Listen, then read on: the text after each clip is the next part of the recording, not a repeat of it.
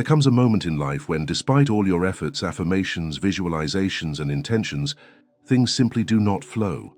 It's not for lack of trying.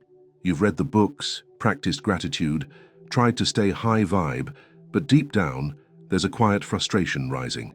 Why isn't it working? Why do you feel like you're standing at the edge of something vast and powerful, yet unable to touch it? Dr.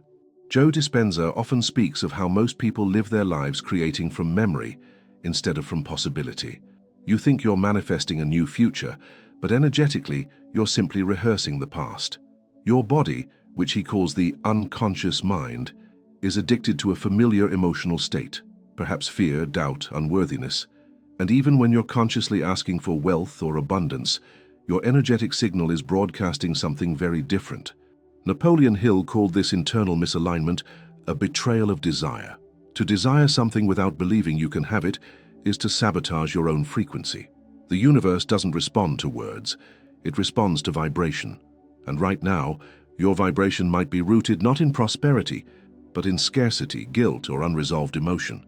In this video, we're going to explore the invisible patterns that are blocking the flow of prosperity into your life.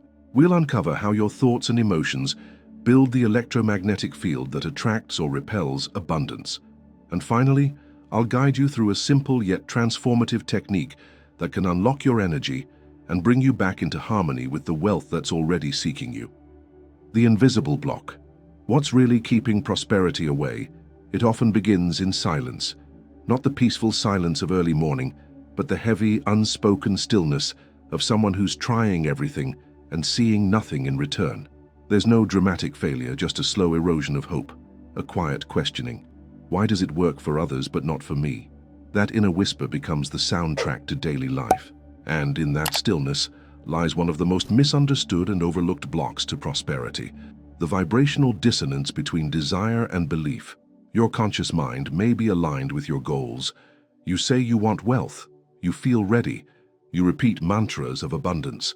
But beneath that surface intention, there often exists a buried current of resistance, a subtle shame, a lingering self-doubt, perhaps even a belief you inherited unconsciously, that you must struggle, that money is dangerous, or that you don't truly deserve to be free.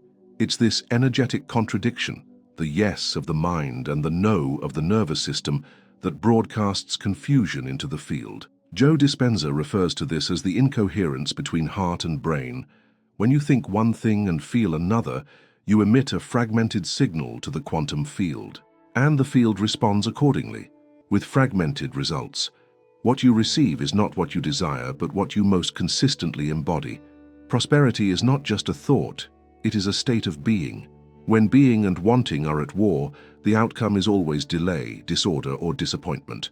This is not a flaw in you, it is the residue of lived experience. Somewhere along the line, the nervous system adapted to lack. Maybe it was through witnessing financial instability growing up. Maybe it came through betrayal, abandonment, or loss. Whatever the root, the body learned that prosperity was not safe, not sustainable, or not available. And because the subconscious mind governs nearly 95% of your behavior, you began to make choices, attract situations, and reinforce outcomes that match that old familiar vibration. Carl Jung once said, "Until you make the unconscious conscious, it will direct your life, and you will call it fate." Most people do not manifest scarcity because they are lazy or unwilling. They do so because they are energetically rehearsing a trauma they no longer recognize. Scarcity becomes a comfort zone, masked by ambition.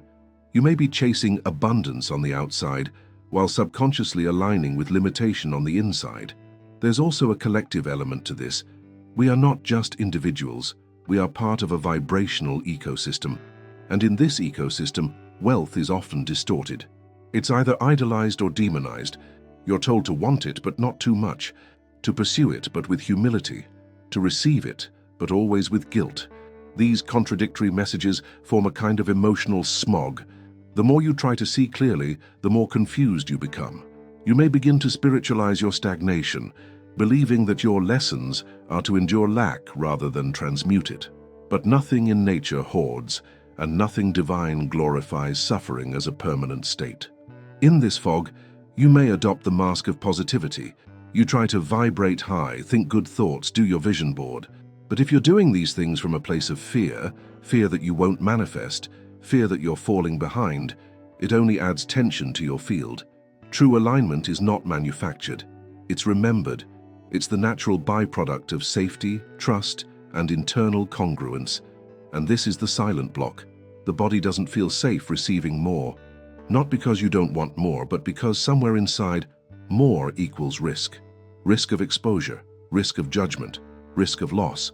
So you protect yourself from the very thing you're trying to attract, not consciously, but vibrationally. And the field, neutral and responsive, gives you exactly what you're available for. The tragedy here is not that the universe has denied you abundance. It's that you haven't yet healed the part of you that believes you can't hold it. Until that wound is seen, spoken, and soothed, you will continue to operate from it, even while reaching for the light. And so, the work begins not with trying harder, but with seeing deeper. This chapter is not a condemnation. It is an invitation to pause, to feel, to trace the emotional residue of where your signal was first distorted. Was it a parent who modeled survival instead of thriving? A teacher who shamed your desires? A heartbreak that convinced you receiving meant vulnerability? These moments live in your body as vibrational memory. You don't just remember them, you resonate with them. Until you bring compassion to these inner fractures, your outer world cannot reflect wholeness, and prosperity, at its essence, is the reflection of internal coherence. No amount of strategy, mindset, or hustle can override an identity that is anchored in fear. The real shift occurs when you stop negotiating with your worth and begin to feel safe embodying a new frequency. This is not about bypassing reality, but about building a nervous system that can hold reality differently. Your mind doesn't manifest, your being does. And your being is sculpted not by what you want, but by what you're willing to feel, heal, and release. Only then does your frequency stabilize. Only then does the field respond with clarity. So if you've been wondering why it hasn't arrived yet, maybe it's time to stop asking when and start asking from where. From where am I manifesting? From fear or from fullness? From lack or from love? Because the field is not judging. It is simply mirroring, and that mirror will keep showing you your unconscious beliefs until you're ready to see them, with tenderness, with truth, and with the intention to shift not just your thoughts, but your entire vibration into coherence. The illusion of spirituality and the trap of empty visualization. There is a particular kind of disillusionment that emerges quietly, like fog over a once clear path. It happens not to the skeptical or the cynical, but to the seekers, the ones who meditate daily, who journal their gratitude, who sit under the moonlight whispering intentions into the dark. These are not people without faith. In fact, it is their devotion that makes the disappointment more profound. Because even after all the rituals, visualizations, and mantras, the abundance they long for remains distant, not absent, but somehow unreachable, like a dream that refuses to become matter. In the world of manifestation, visualization has been crowned as a sacred tool. Close your eyes, see it, feel it, live as if it's already yours. And yet for many, this practice becomes a silent source of shame, because they do see, they do feel, but nothing changes. Eventually, they start to believe the problem must be them, that they are broken manifestors, that they're doing it wrong, or worse, that they are simply unworthy of receiving. This is where the illusion begins. Visualization, when stripped of energetic congruence, becomes performance, a kind of spiritual theater where the mind paints a picture the body does not believe, and in this dissonance, nothing truly manifests. You can close your eyes and imagine wealth, but if your nervous system is conditioned to scarcity, your field is still broadcasting lack. You may be visualizing with clarity, but you are vibrating with fear. The universe listens not to what you fantasize, but to what you embody. There is also a quiet cultural seduction at play.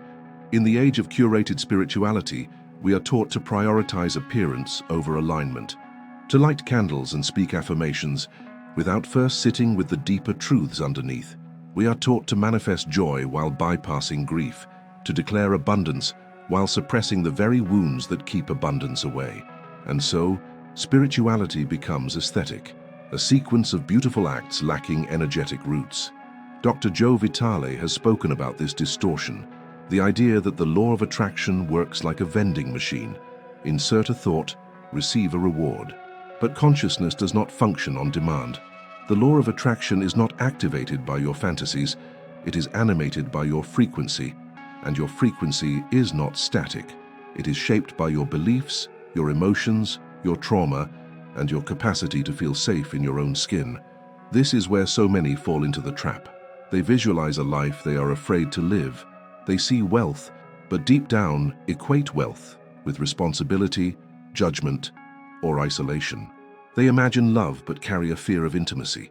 They affirm freedom, but remain addicted to control. And so the visualization becomes a loop, a mental escape rather than a spiritual alignment. What's missing is not discipline, it's honesty.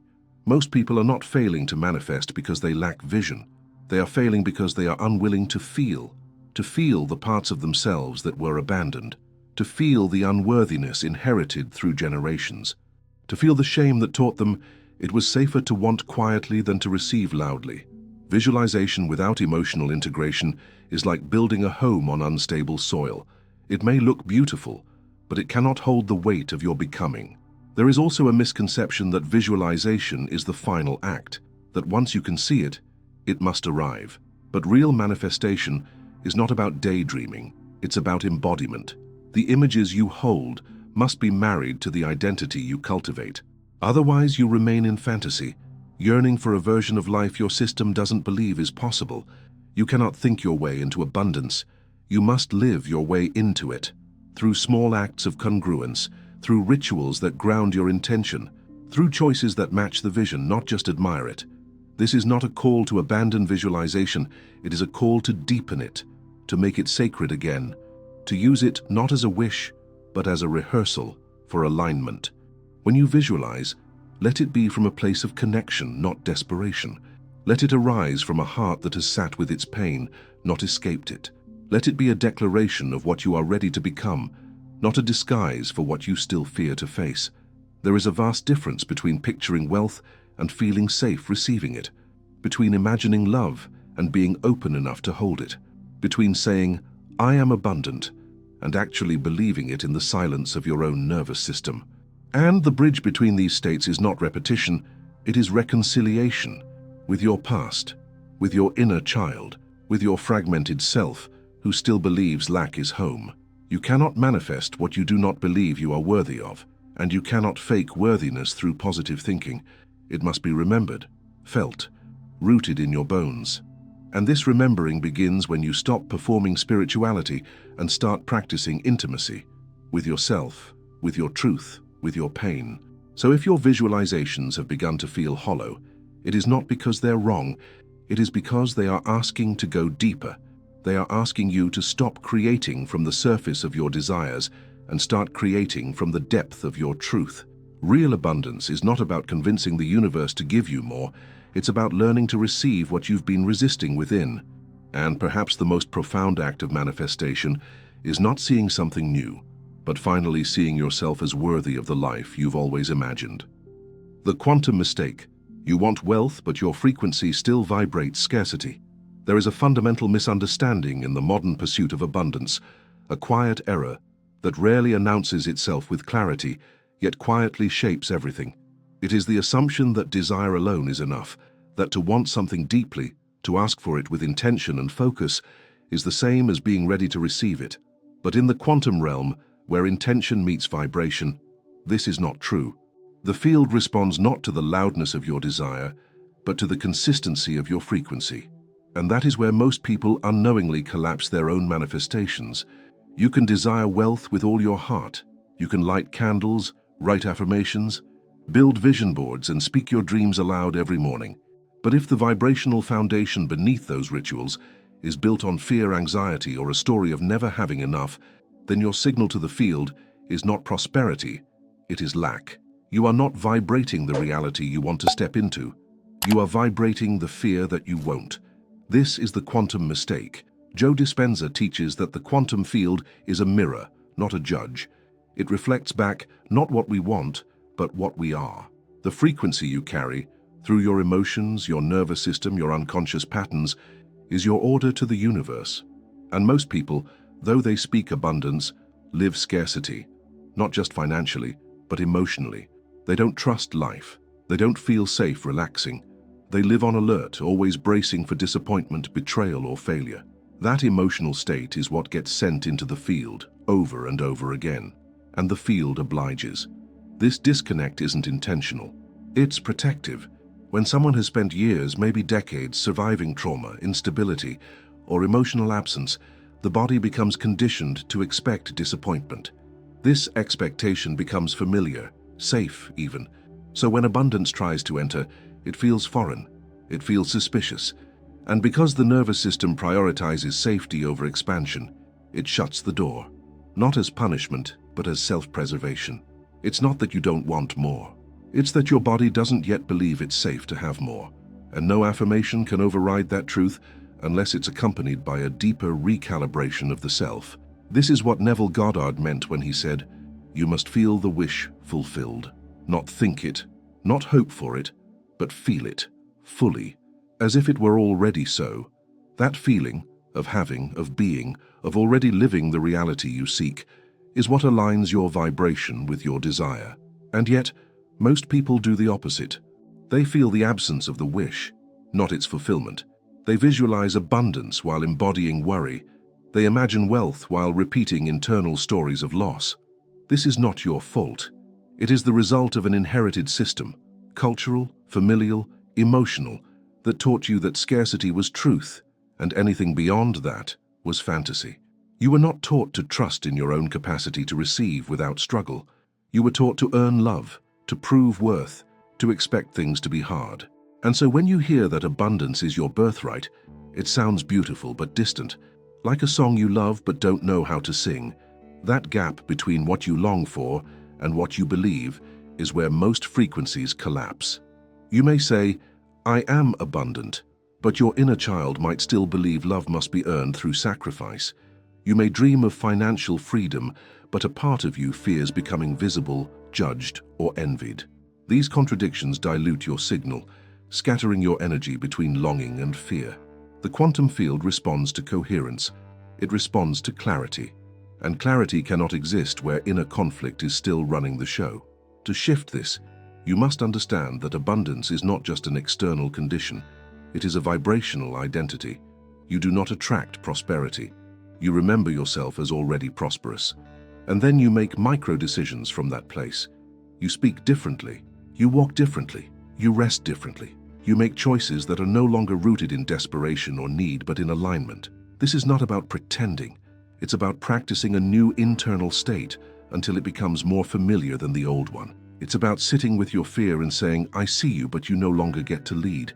It's about making room for safety in your nervous system so that receiving no longer feels like danger. Every time you act in alignment with your desired frequency, even in small, seemingly mundane ways, you are broadcasting a new signal to the field.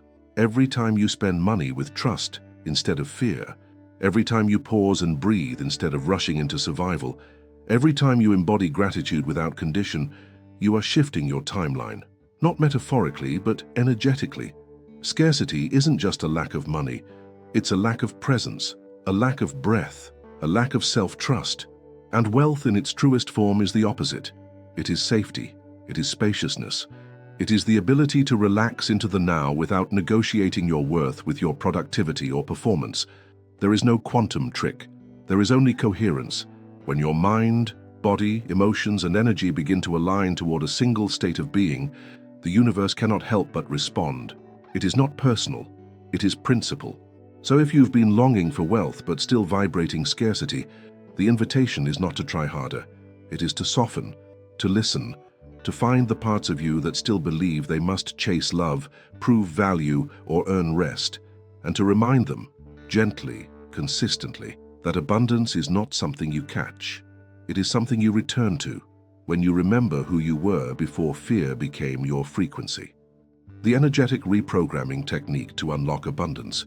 There is a moment in every spiritual journey when insight alone is no longer enough. You've read the words, you've understood the principles, you've nodded in agreement when someone said, "Everything is energy."